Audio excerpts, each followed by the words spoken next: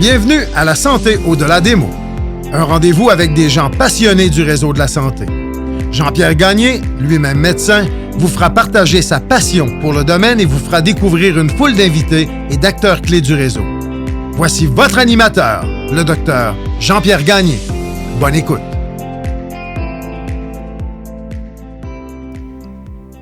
Mes invités de cette semaine, Caroline Côté et Geneviève Guillot, sont toutes deux touchées à leur façon par la sclérodermie, la maladie qui momifie.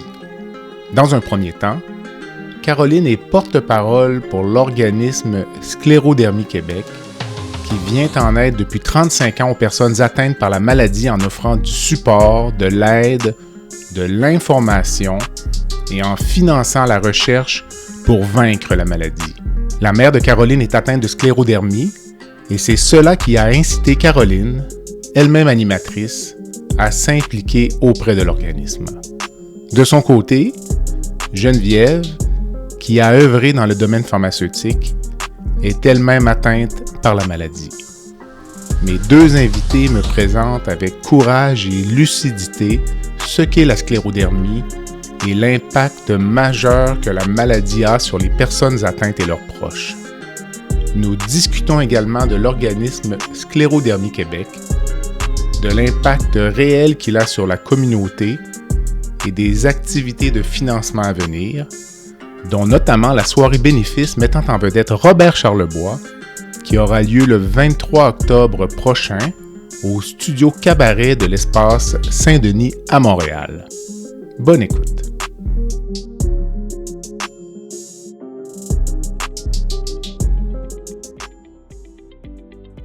Je prends un court moment pour remercier les commanditaires qui rendent possible la diffusion du balado La santé au-delà des mots, Beauchamp-Beaulieu Dessureau-Toupin, groupe conseil associé à la financière Banque nationale gestion de patrimoine, Rempart Neurophysiologie, Medix, le groupe TIGE, Eurofin Environex et Go Mouton.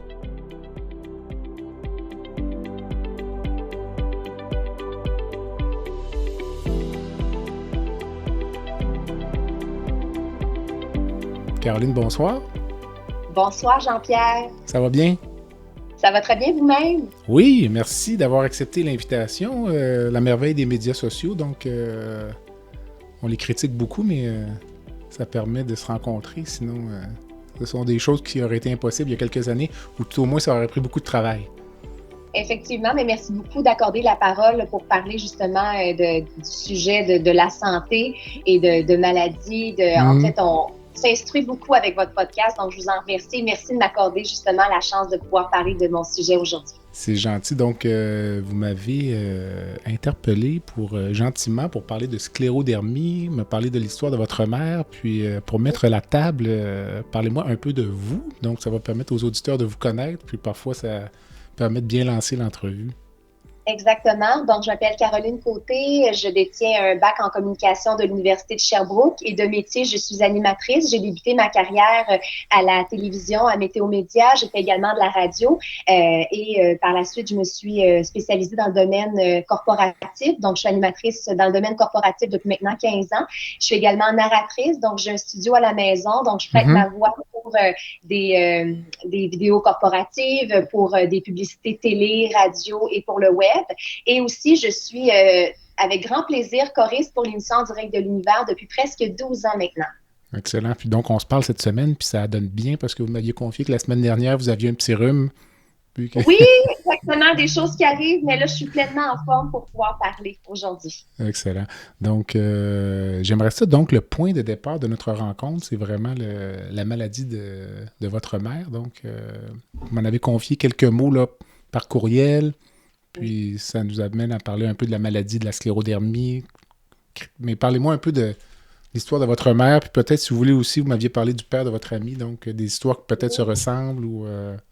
Oui, avec plaisir. Donc, dans le fond, tout commence vraiment en août 2020. Je m'en vais chez mes parents et je remarque que ma mère a beaucoup maigri. Donc, je lui pose des questions et elle me dit, écoute, viens, je dois faire une petite mise en contexte. Là, moi, je suis fille unique et mes parents ont toujours tenté de me protéger.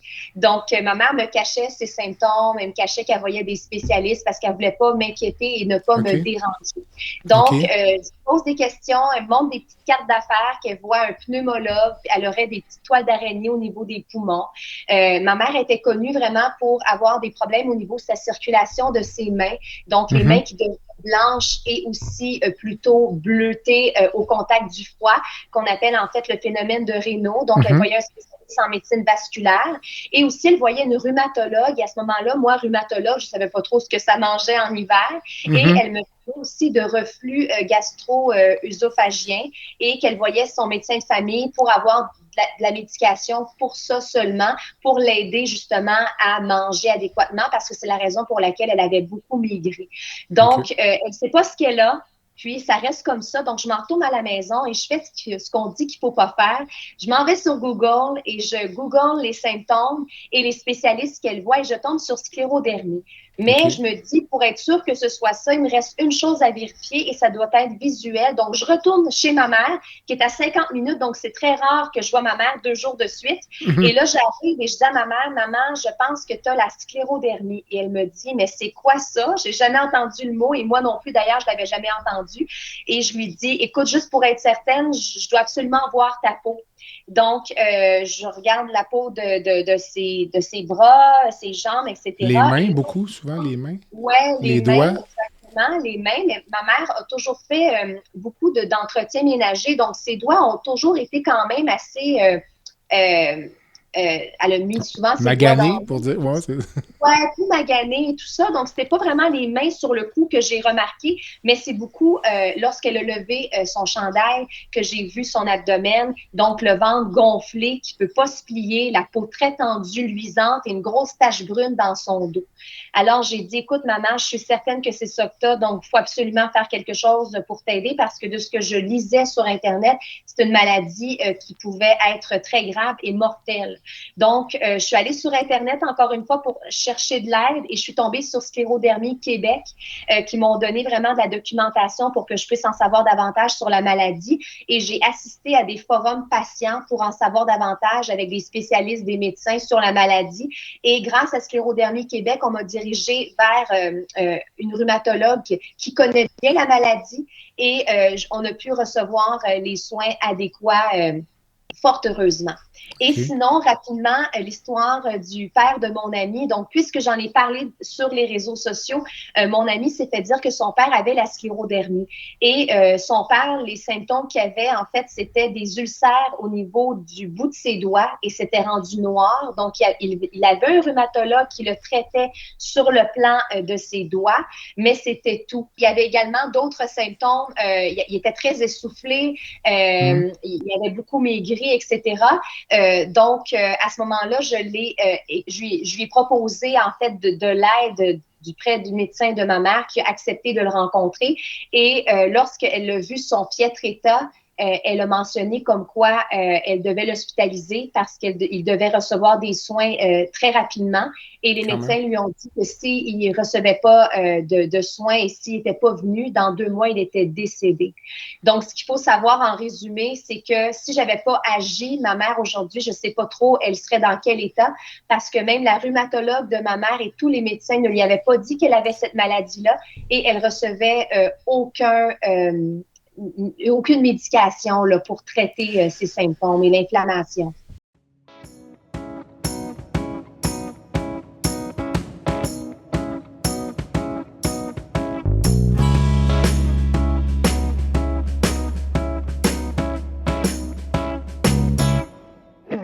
Rempart Neurophysiologie est une entreprise spécialisée dans l'octroi de services neurologiques tels que le monitorage neurophysiologique péropératoire.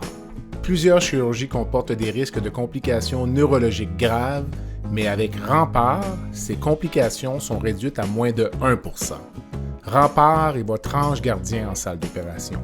Rempart, c'est aussi des services volants en électrophysiologie médicale. Pour les besoins particuliers de votre hôpital, votre clinique ou votre centre de soins, contactez Rempart Neurophysiologie à info@rempartneuro.ca. C'est à info@ rempartneuro.ca.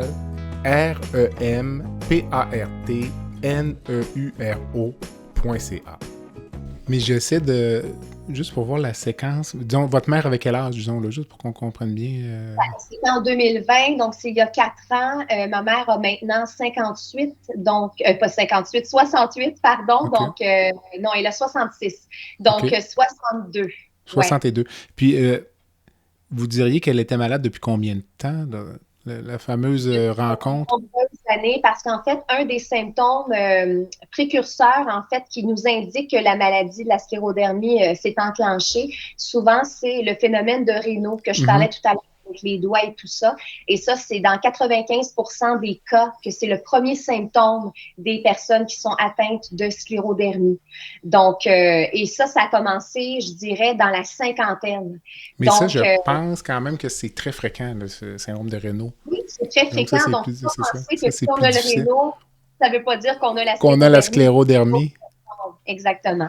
Mais là, ce que je comprends, mais les médecins n'avaient pas posé le diagnostic. Là, donc, non, exactement. Okay. Et j'avais même appelé la rhumatologue. Elle m'avait dit « Ah, je pense qu'elle fait un petit peu de polyarthrite rhumatoïde, de lupus. » Et finalement, ça s'est avéré que c'était même pas ça. Et même si ça avait été ça, ma mère ne recevait de toute façon aucun traitement. Donc, c'est pour démontrer à quel point c'est important de parler, de connaître la sclérodermie, parce que même, en fait, le médecin de famille de ma mère n'avait jamais entendu le mot. C'est un médecin généraliste. Et la rhumatologue n'avait pas posé de diagnostic et ne donnait pas la médication non plus adéquate par faute de diagnostic. Donc, même les rhumatologues dans la vie, je vais dire les rhumatologues généralistes qui ne sont pas spécialisés en sclérodermie sont malheureusement pas outillés, malgré qu'on m'a mentionné que dans les congrès de rhumatologie, il y a toujours une portion sur la sclérodermie pour que les gens puissent connaître la maladie. Mais comment expliquez-vous, vous, que sans juger le cas spécifique des gens impliqués? Quand vous regardez ça un peu avec du recul, expliquer qu'il y avait tant de médecins impliqués puis que personne n'ait posé de diagnostic.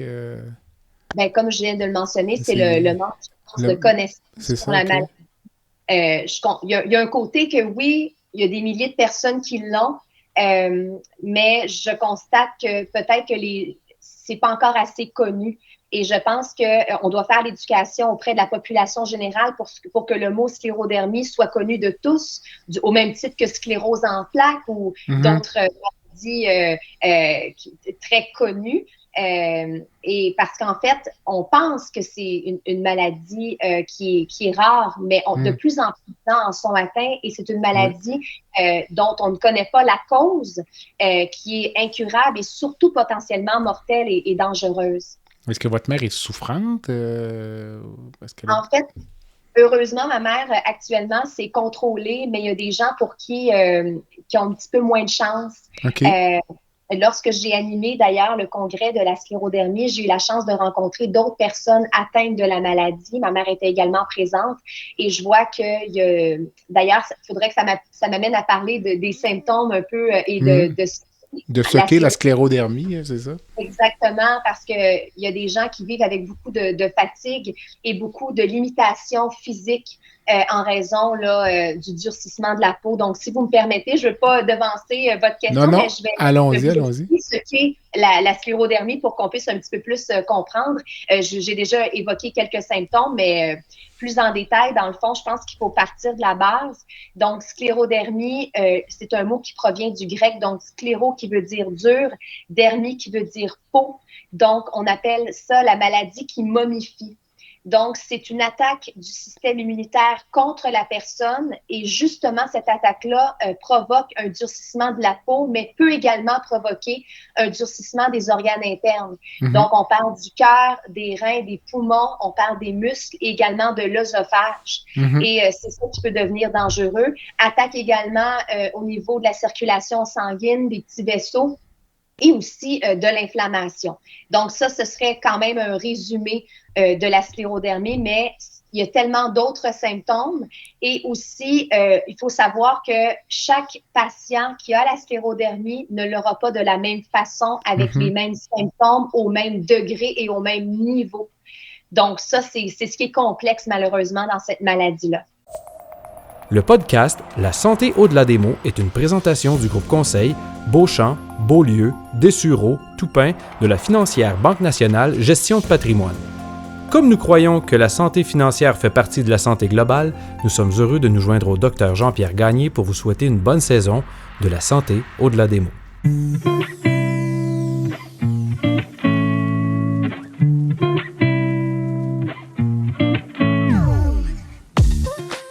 Fer et Velours est une entreprise de Québec spécialisée dans la location de mobilier vintage et création d'ambiance.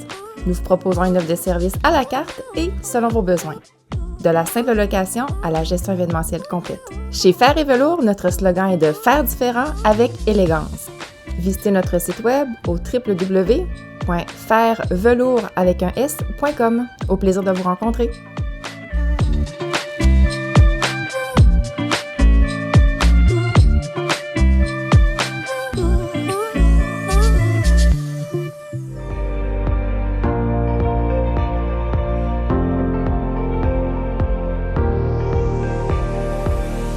Vous avez des commentaires ou un sujet à nous proposer ou même faire partie de nos invités, visitez le site web de notre balado à www.baladosanté.ca ou sur notre page Facebook de la santé au-delà des mots.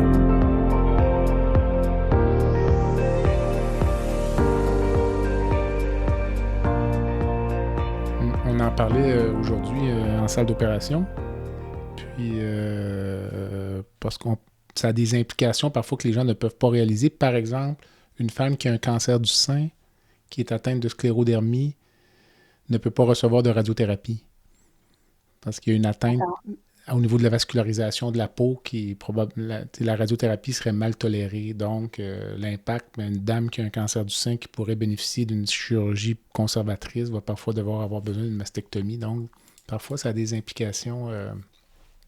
De mon côté à moi en chirurgie, je vous dirais que je vois les patients, vous connaissez certainement le syndrome de Crest, donc les patients qui ont des atteintes œsophagiennes associées là, donc, à la sclérodermie. Mais c'est sûr que pour un chirurgien comme moi, souvent, ce que j'ai en tête, la sclérodermie, c'est l'atteinte typique, là, les doigts, là, vraiment, là, je mettrai là, sur l'épisode des photographies, donc les doigts, le visage, beaucoup, c'est assez typique, mais...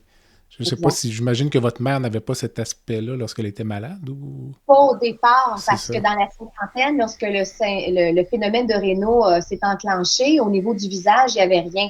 Mais effectivement, ma mère aujourd'hui a le visage sclérodermique, qui est vraiment un visage caractérisé notamment par l'ouverture de la bouche qui est plus petite, parce qu'avec le durcissement de la peau, l'élasticité, c'est un petit peu plus difficile justement d'ouvrir la bouche et également avec cette perte d'élasticité, les yeux deviennent un petit peu plus creux également. Et c'est sûr qu'au niveau des mains, quand même, on voit là, que c'est quand même contrôlé, mais on voit quand même que les mains de ma mère sont plus enflées, troubles articulaires également. Mais il y a des gens pour qui les doigts deviennent très crispés comme ceci et ça cause de grosses limitations. Et aussi, ça cause aussi des troubles psychologiques parce que les gens deviennent très, malheureusement, ils vivent avec un sentiment parfois de honte. Ils veulent pas se montrer parce que leur faciès a changé. Tout à fait. Et ça leur fait de la peine. Et aussi, il y a des gens pour qui ils ont dû changer d'emploi. Je pense à une patiente, entre autres, que j'ai rencontrée qui est esthéticienne. Étant donné que ses doigts sont rendus de cette façon, c'est impossible pour elle d'exercer son métier. Donc, elle a dû réorienter sa carrière alors qu'elle a seulement... que 36 ans, si je me souviens bien. Et c'est important de savoir que ça peut toucher vraiment tous les gens de la société à n'importe quel âge également, même si on sait qu'en moyenne, ça touche plus de femmes, 6 fois plus de femmes, et aussi plutôt à partir de la quarantaine habituellement. On voit vraiment de tout et de plus en plus de jeunes également actuellement. Exact. Vous parliez de la honte un peu, du caractère stigmatisant de la maladie. J'avais l'impression que ça pouvait s'apparenter peut-être aux gens aux grands brûlés un peu. Là. Donc, ça attire le regard, j'imagine. Les gens ont peur de sortir. En fait, il faut le savoir également. Je ne sais pas si j'avais vu une personne nécessairement qui a la sclérodermie. Bien, c'est sûr, ça dépend du degré au niveau de la judiciaire. Oui, j'aurais eu quand même peut-être un regard pour me dire que la personne avait quelque chose de différent. C'est ça. Donc, oui, c'est sûr que ça peut amener des questionnements et je pense entre autres à Andréane Frappier qui a fait les médias. En fait, actuellement, elle fait les médias parce qu'elle tentait justement de trouver une façon d'avoir du financement étant donné que la RAMQ ne voulait pas lui rembourser le fait de lui faire enlever les dents et d'avoir des prothèses au niveau dentaire parce que présentement, sa bouche est tellement petite que ses dents ressortent. Mm-hmm. Puisqu'elle a la sclérodermie et elle se fait beaucoup, elle reçoit beaucoup de rire de la part des autres et elle a également des enfants, donc ça lui fait beaucoup de peine, ces enfants qui se font écœurer, elle de même qui fait des elle, donc elle a réussi à recevoir de l'aide de la population étant donné que c'était esthétique, c'était pas possible pour elle d'obtenir de l'aide de soutien, mais c'est esthétique et oui, ça peut occasionner justement des troubles de dépression, de perte d'estime de soi également grandement. Alors vous, votre mère, vous portez le diagnostic vous-même, puis peut-être un petit peu d'amertume, mais j'imagine avec tout ça, mais vous décidez quand même de vous impliquer. Puis là, j'imagine, c'est par Sclérodermie Québec que vous avez un peu posé le diagnostic. Ça vous a amené à vous impliquer auprès de Sclérodermie Québec. En fait, c'est sûr que je dis poser le diagnostic, ce sont les médecins qui posent vraiment. Non, je comprends, mais dans le sens suspecter, disons, la maladie. Oui, exactement. Donc, j'ai utiliser vraiment suspecté, exactement. Et grâce à Sclérodermie Québec, on m'a amené vers vraiment une spécialiste en sclérodermie, une rhumatologue qui a pu justement donner les soins adéquats, bien comprendre et pouvoir contrôler justement la maladie de ma mère actuellement. Ici, donc, parlez-moi un peu de Sclérodermie Québec. Qu'est-ce que c'est? Donc, ce n'est pas un nouvel organisme, mais parlez-moi de votre rôle. Donc, vous étiez la personne idéale pour remplir le rôle de porte-parole. C'est gentil. En fait, je ne m'attendais pas à recevoir cette demande-là, mais étant donné que Sclérodermie Québec, je considère qu'ils ont sauvé la vie de ma mère. Donc, je souhaitais m'impliquer. Donc, je leur ai dit, écoutez, moi, je suis animatrice dans la vie. Ça me ferait grandement plaisir de pouvoir vous aider de quelque façon que ce soit. Donc, il y a eu la possibilité de faire des capsules informatives. Donc, j'ai fait le tournage de 6 capsules pour expliquer ce qu'est la sclérodermie et les symptômes associés à la sclérodermie. J'ai également donné quelques entrevues là, dans les médias et nous avons également un événement bénéfice annuel et on m'a demandé en fait d'être l'animatrice. Donc, depuis maintenant 3 ans, j'anime ce magnifique spectacle bénéfice. C'est vraiment ma mission à moi en tant que porte-parole, c'est vraiment que le mot sclérodermie soit connu de la population, que les gens qui croient qu'ils sont atteints de la maladie puissent avoir les outils nécessaires pour en apprendre davantage, aller cogner à la porte de leur médecin de famille et de dire, écoutez, moi, je pense que j'ai cette maladie-là, j'aurais besoin de tel test, et qu'il y ait vraiment un travail d'équipe et de collaboration avec le médecin et aussi que le médecin soit en mesure d'amener la personne vers un rhumatologue et que justement le corps médical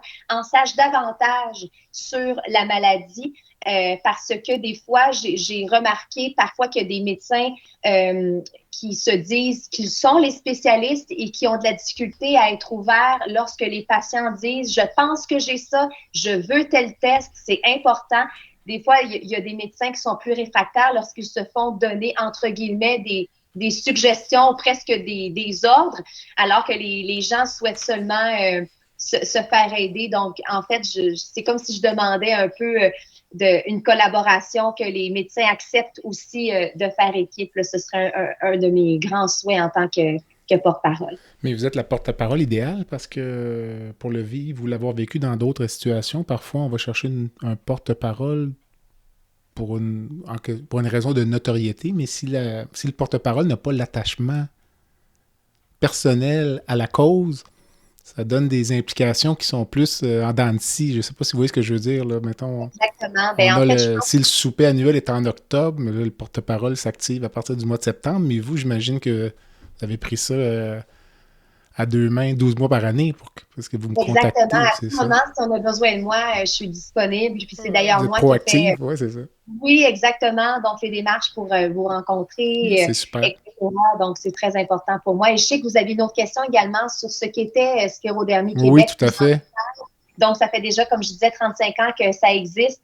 Donc, Sclérodermie Québec qui a vraiment pour mission d'aider on va les appeler les patients sclérodermiques, donc les gens qui ont la sclérodermie, pour les outiller, premièrement, dans le mieux-être, apprendre à mieux vivre avec la maladie, à leur donner vraiment des outils, soutenir également la famille. Donc, il y a des groupes de soutien pour les patients et les familles également qui souhaitent en savoir davantage sur la maladie et parler également de leur quotidien, des défis rencontrés. Beaucoup de fiches éducatives sur le site. On en apprend aussi sur les avancées médicales. Il y a un bulletin biannuel où on peut avoir plus d'informations sur la maladie. Il y a des sujets précis qui sont choisis où on parle avec des spécialistes, etc. On a les forums patients qui m'ont permis justement d'en apprendre plus sur la maladie. On a des événements aussi. On a un tournoi de golf qui est organisé par des bénévoles extraordinaires pour ramasser des fonds pour la recherche et pour les patients également, pour les informer et continuer à les soutenir.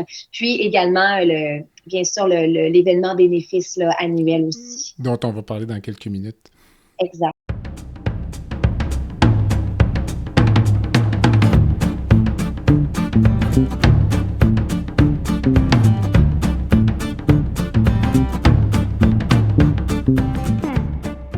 Medix simplifie la facturation médicale des médecins spécialistes, anesthésiologistes, internistes, pneumologues et bientôt les chirurgiens. Grâce à une application mobile conviviale et une expertise personnalisée, Medix fait une différence réelle dans la vie des médecins. Sauvez du temps, réduisez les erreurs et optimisez vos revenus avec Medix. Medix est fier de desservir plus de 60% des anesthésiologistes du Québec. Pour toute question, n'hésitez pas à visiter notre site web à www.medix.com www.medyx.com ou téléphonez au 514-548-2500. Alors, vous avez même pris l'initiative d'inviter une patiente, donc Madame Geneviève Guillot, qui devrait nous rejoindre dans quelques minutes. Donc, on l'avait gardée un peu en attente. Je ne sais pas si elle va nous rejoindre bientôt, Geneviève, puis pouvoir nous raconter un peu. Bonjour. Bonjour. Ça va bien? Oui, je vais bien, je vous remercie. Alors, merci. On aurait pu se voir aujourd'hui parce que vous êtes à peu près à l'endroit où j'étais aujourd'hui au travail. Donc, on se rejoint virtuellement. Puis vous avez accepté à la demande de Caroline de venir nous parler un peu de votre maladie puisque vous êtes atteinte de sclérodermie. Donc, Caroline a raconté l'histoire de sa mère, a raconté l'histoire aussi là, d'un proche. De votre côté, vous, comment ça s'est présenté, disons, si vous me parliez un peu de vous, là, un peu de ça. Moi, j'ai été diagnostiquée il y a maintenant 17 ans. OK. Alors, à l'époque, j'étais dans la mi-trentaine. J'avais 2 enfants en bas âge de 3 ans et 5 ans. Puis, c'est de façon... dans le fond, le diagnostic a pris 4 ans. OK. Avant. Ça a commencé, moi, j'avais un réno depuis l'âge de 20 ans. Donc, sans rien comme ça. Les mains qui venaient blanches au froid, je devais faire très attention. Et enceinte de mon 2e enfant, j'ai développé un ulcère au bout du doigt. Fait que moi, qui ne guérissait pas puis qui était vraiment douloureux, qui m'empêchait de dormir. Puis là, ben, enceinte, on ne peut pas prendre beaucoup de traitements. Donc, j'ai consulté mon médecin de famille.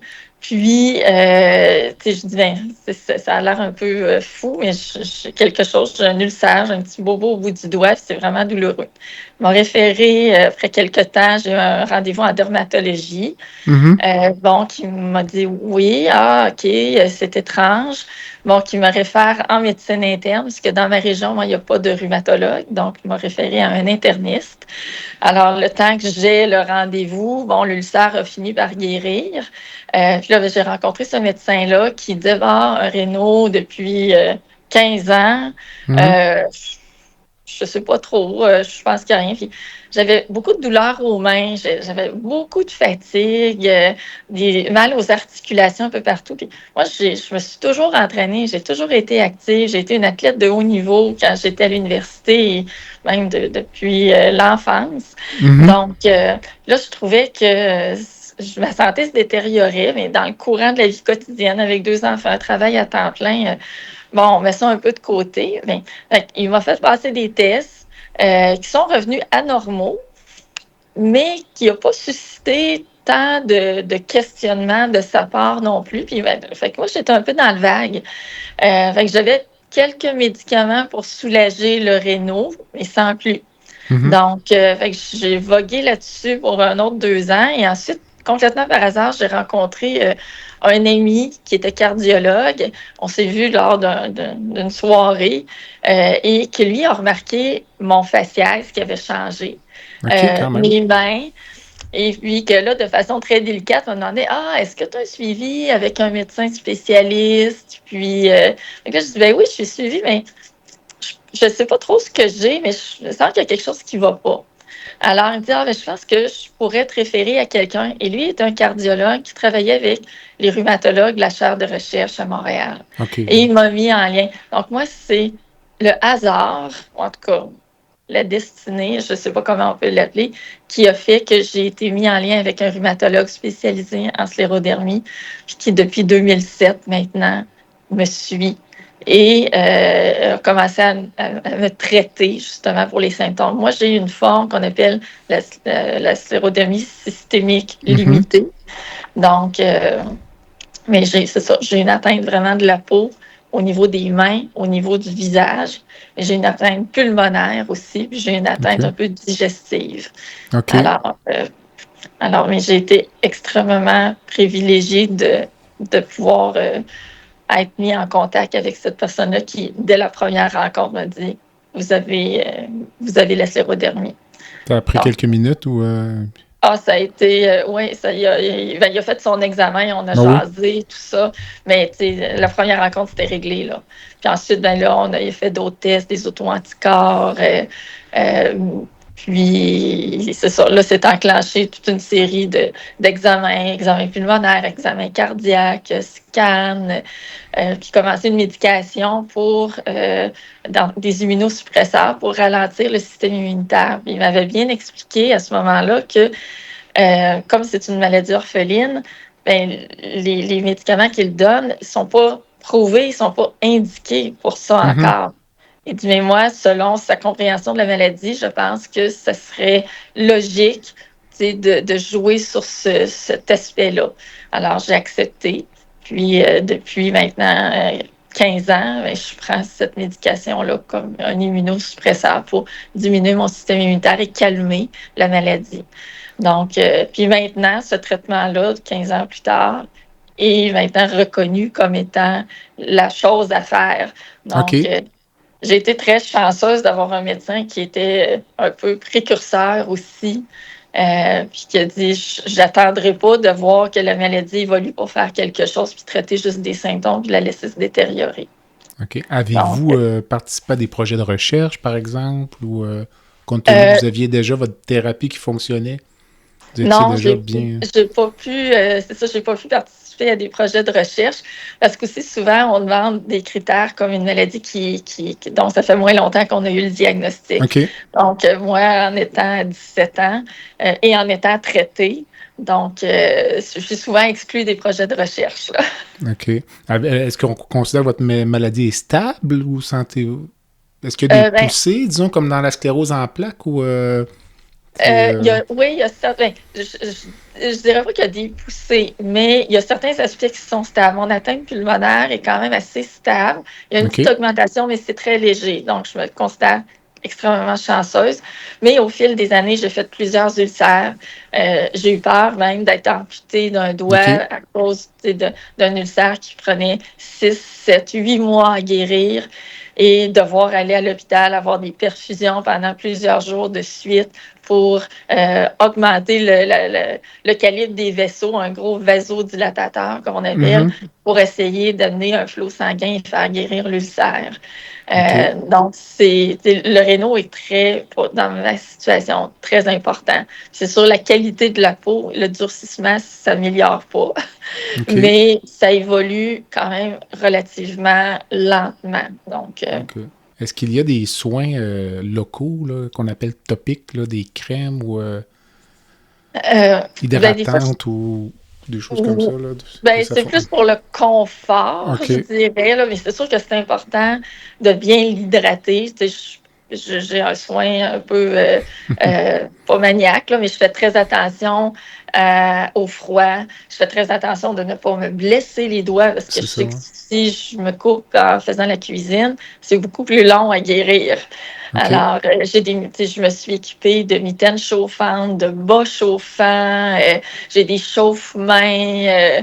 Alors, pour être capable d'avoir une vie le plus normale possible, OK. malgré ces limitations-là, puis aussi ma dextérité, j'ai les mains plus, tu sais, qui sont beaucoup moins souples. Mhm. Donc, prendre des petits objets, attacher des bijoux, il y a des choses, ou tenir des objets pendant très longtemps, j'ai moins de force aussi OK. pour ouvrir des pots, au niveau de toutes les articulations maintenant, là, plus juste au niveau des mains, mais des épaules aussi, des hanches. Un autre phénomène qu'on parle peu, c'est les calcinons. C'est des dépôts de calcium qui peuvent être sous la peau. Moi, j'en ai beaucoup au niveau des articulations, fait que ça amène une limitation, justement au niveau de l'amplitude des mouvements. Alors, Vous et de m'aviez la parlé, douleur. ouais. Mhm. Vous m'aviez parlé de la forme digestive tout à l'heure aussi, je pense, ou d'une Oui, crainte que vous oui. aviez. Moi, OK. j'ai du reflux OK. beaucoup, donc c'est ça, je porte une attention particulière à ce que je mange, élever le lit, donc c'est OK. toutes sortes de petits trucs que j'ai développés. Je me suis aperçue, bon, mais quand je mange telle chose, c'est un petit peu plus difficile, je ressens le reflux.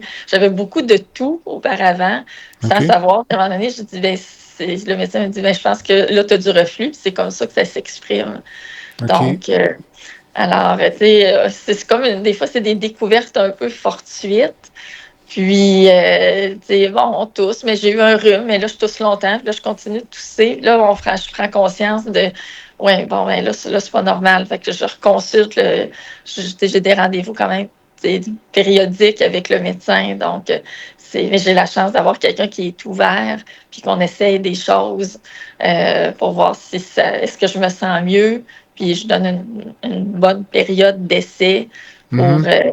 pour valider si ça va mieux ou non. Puis, ou des fois, il y a des effets secondaires au début, mais qui passent. Mhm. Donc, alors, c'est la façon dont De j'ai gérer trouvé. ça. Oui, Avez-vous le même médecin depuis tout ce temps-là? Ou, oui, j'ai le même rhumatologue depuis tout ce temps-là. fait que j'imagine que il ne peut pas prendre sa retraite, c'est ça? Non, c'est ça. Je lui ai interdit de prendre sa retraite. Mais j'imagine que ça doit arriver souvent si vous consultez dans d'autres... parce que j'imagine que ça peut arriver qu'on consulte d'autres spécialistes pour d'autres problèmes. Oui, Vous, oui. vous en connaissez souvent plus sur la maladie que la personne qui est devant vous. Caroline mentionnait tout à l'heure, parfois les médecins, il y a des certains qui sont réticents ou qui se sentent agressés un peu. Hein. Je sais pas, la Oui, question peut s'adresser à vous deux. Là. Il y a des oui. médecins qui n'aiment pas être confrontés à leur, je dirais pas incompétence, mais parfois manque de connaissances. Là. Manque de connaissances.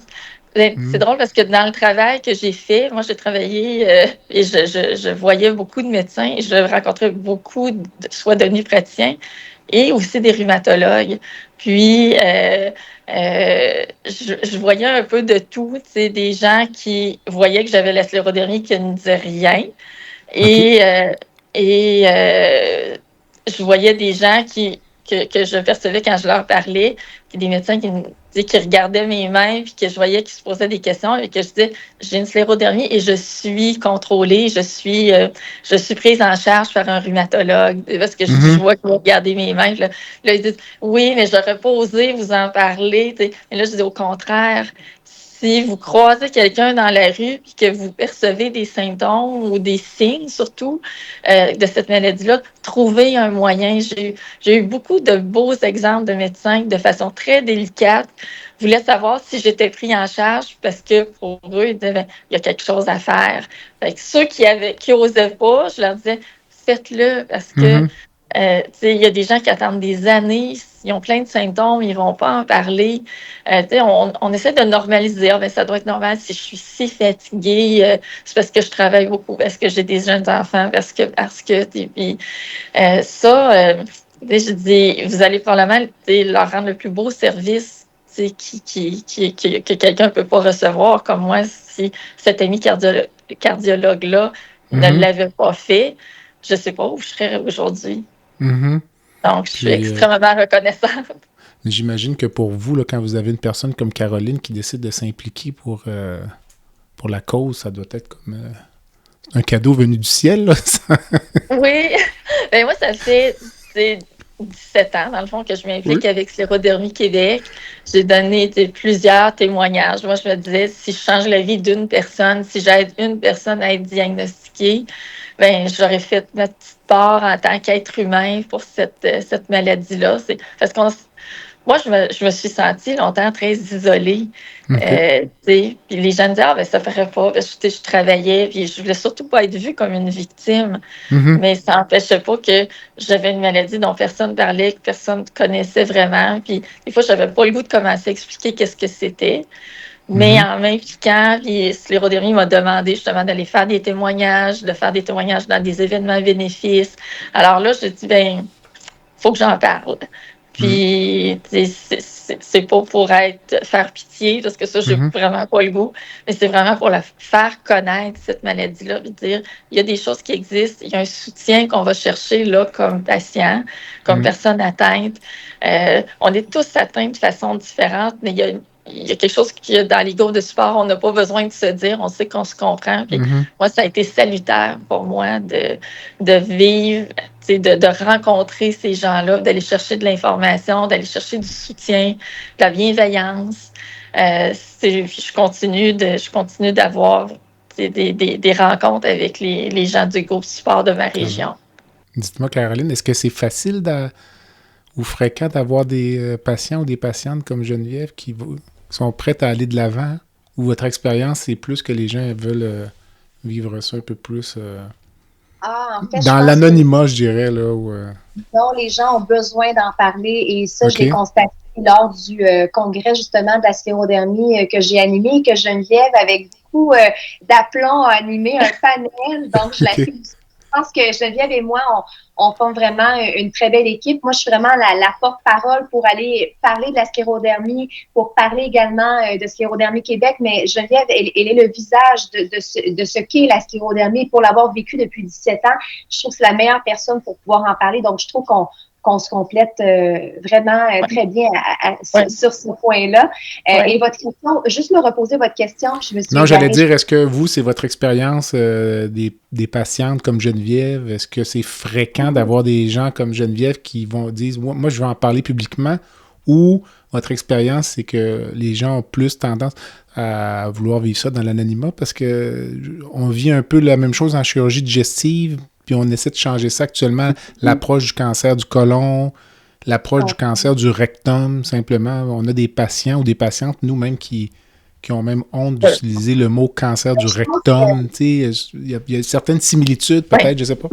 Oui. Je pense que les gens sont quand même dans la résilience et l'acceptation. J'ai pas senti personne au Congrès s'apitoyer sur son sort. On était plus en mode solution. Qu'est-ce qu'on peut faire pour mieux se sentir? C'est une magnifique communauté où les gens se tiennent, se donnent des trucs, s'encouragent, et aussi avec les groupes de soutien, les gens deviennent amis, s'entraident et tout ça. Donc, j'ai pas ressenti ça nécessairement. Je pense que les gens qui vont accepter d'en parler, c'est des gens qui vont être à l'aise de s'exprimer devant public, tout simplement. Je pense, tu sais, comme même Geneviève, elle s'est jamais exprimée sur le fait qu'elle s'apitoyait sur son sort, pauvre de moi ou quoi que ce soit. Et c'est pas ça que je ressens non plus de la part de la communauté des gens qui ont la sclérodermie. Donc, j'aurais plus tendance à dire que les gens vont être plus enclin à n'en parler que de dire « j'en parlerai pas parce que je vis de la honte ». Mais je sais qu'il y en a de la honte parce que, juste pour donner un exemple qui me fait beaucoup de peine récemment, j'ai vu une photo de ma mère et ma mère, depuis peu, elle ne sourit plus avec les dents. Et ma mère qui a un magnifique sourire et ma mère a le faciès sclérodermique, comme vous avez pu également le remarquer chez Geneviève, donc qui fait que les dents ressortent davantage et elle a des plus petites lèvres. Geneviève qui me contait justement qu'elle avait auparavant des belles lèvres pulpeuses et malheureusement la maladie fait en sorte de rétrécir la bouche, une perte d'élasticité, une perte donc de la densité au niveau des tissus des lèvres et tout. Donc ma mère, je lui ai dit « Maman, s'il te plaît, continue de sourire avec tes dents. C'est triste que tu fermes ta bouche. » Elle dit « Oui, mais j'ai de la peine, puis c'est irréversible malheureusement, donc c'est sûr que psychologiquement, c'est très difficile là, pour les gens qui ont cette caractéristique-là, parce que comme je l'expliquais, c'est pas tout le monde qui a le faciès sclérodermique, mais ça arrive quand même chez plusieurs personnes. C'est peut-être pas tout le monde qui est à l'aise, comme tu disais, Caroline, d'en parler publiquement. Entre nous, on est plus à l'aise. Puis moi, ça m'a pris quelques années, justement, à être à l'aise d'en parler publiquement parce que c'est des deuils. C'est un deuil de mon visage, c'est un deuil, comme je disais, du sourire que j'avais, le faciès que j'ai. Puis, je sais, surtout dans le domaine dans lequel je travaillais, quand j'allais dans des congrès où il y a des rhumatologues ou des dermatologues, je sais que les gens me regardent, ils savent que j'ai la maladie. Donc, ça demande, j'ai pas le mot, mais je dirais, en tout cas, il faut que je passe outre ça pour faire avancer la cause. Je vais peut-être le formuler comme ça. Je dirais du courage, moi, je sais pas. Ou peut-être du courage, je sais pas. mais c'est sûr que c'est un deuil, le visage, c'est l'image qu'on projette. Tout à Donc, fait. c'est ça. C'est pas toujours facile, mais moi, je me suis dit, c'est la façon dont je vais vivre parce que la maladie ne me définit pas. Je suis restée la même personne, puis je veux continuer de contribuer le plus que je peux à la société, malgré que moi, j'ai dû arrêter de travailler cette année. C'est le plus gros impact, je trouve, que la maladie a eu depuis mon diagnostic. J'aurais voulu poursuivre, continuer ma carrière, mais là, c'était devenu vraiment trop difficile. Mais c'est un cheminement, c'est un processus d'acceptation. Vous étiez dans quel domaine? J'étais dans le domaine pharmaceutique. OK. Donc, alors...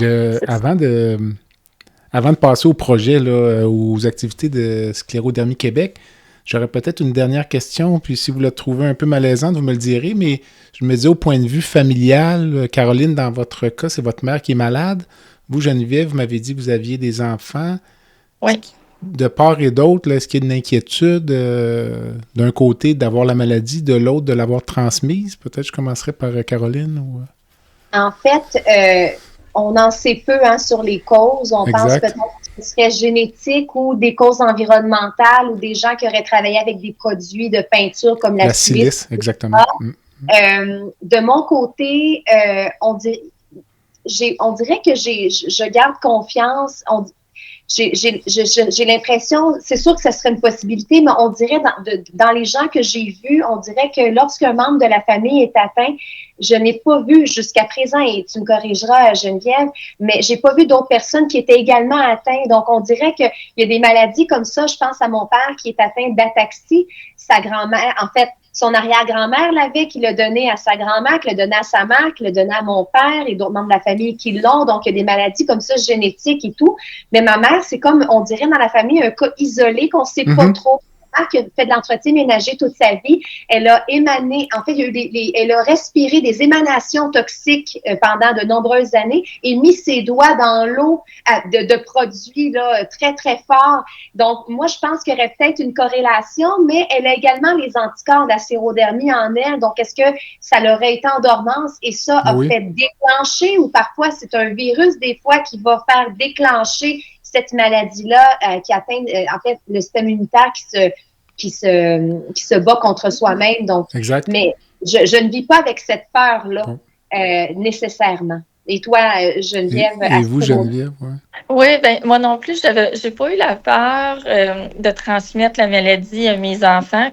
C'est sûr que enceinte, j'ai réalisé que je devais avoir la maladie en dormance depuis de nombreuses années. Là. J'ai vécu mes 2 grossesses comme ça. Mais le rhumatologue m'avait quand même dit que pour l'instant, on ne voit pas de cause génétique. Puis je suis vraiment un cas isolé dans ma famille.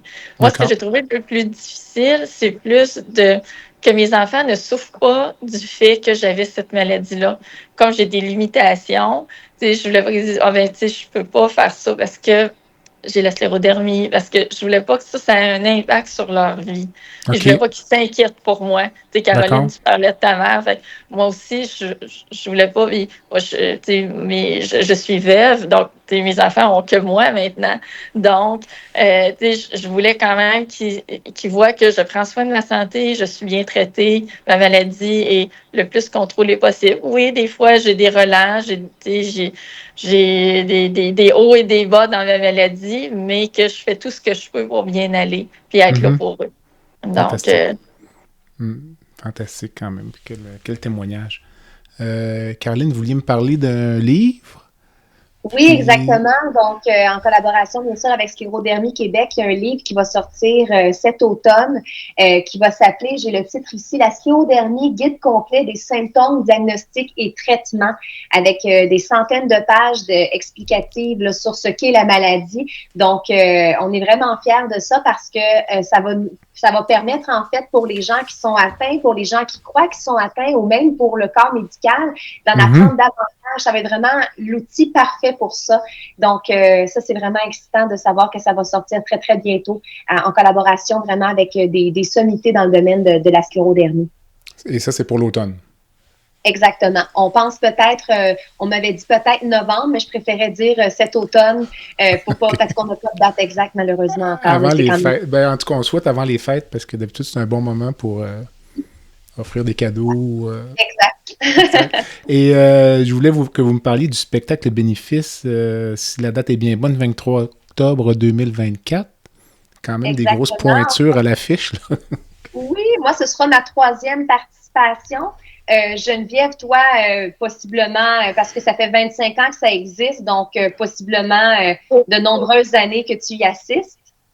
Oui, ben, à quelques reprises, j'ai eu la chance d'être invitée, soit parce que j'avais donné des témoignages ou donc oui, c'est sûr que j'en ai vu quelques-uns. Alors, donc, ça consiste en quoi, disons, ce spectacle? Ben, c'est une soirée qui débute, en fait, on dit spectacle, c'est vraiment la dernière portion de la soirée. Donc, au départ, il y a un cocktail de bienvenue.